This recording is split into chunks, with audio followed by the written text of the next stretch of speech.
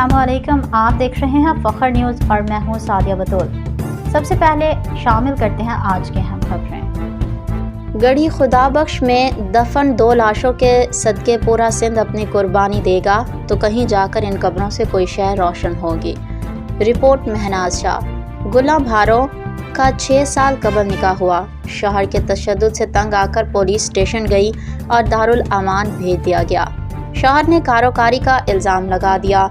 बाप ने पगड़ी आगे रखी और गुलाम भारो उसके साथ घर जाने पर राज़ी हो गई, मगर जाते हुए अल्फाज थे, मैं जानती हूँ मुझे कत्ल कर दिया जाएगा, मगर मैं सिर्फ अपने बाप के पगड़ी की खातिर मौत को गले लगा लूँगी। गुलाम भारो कत्ल हो गई। ऑक्सफोर्ड से पढ़े बिलावल को भी वडेरों की ज़रूरत है। आसिफा जितनी भी लिबरल हो, सिंध की ऐसी रिवायात पर बात करना उसके बस में भी नहीं।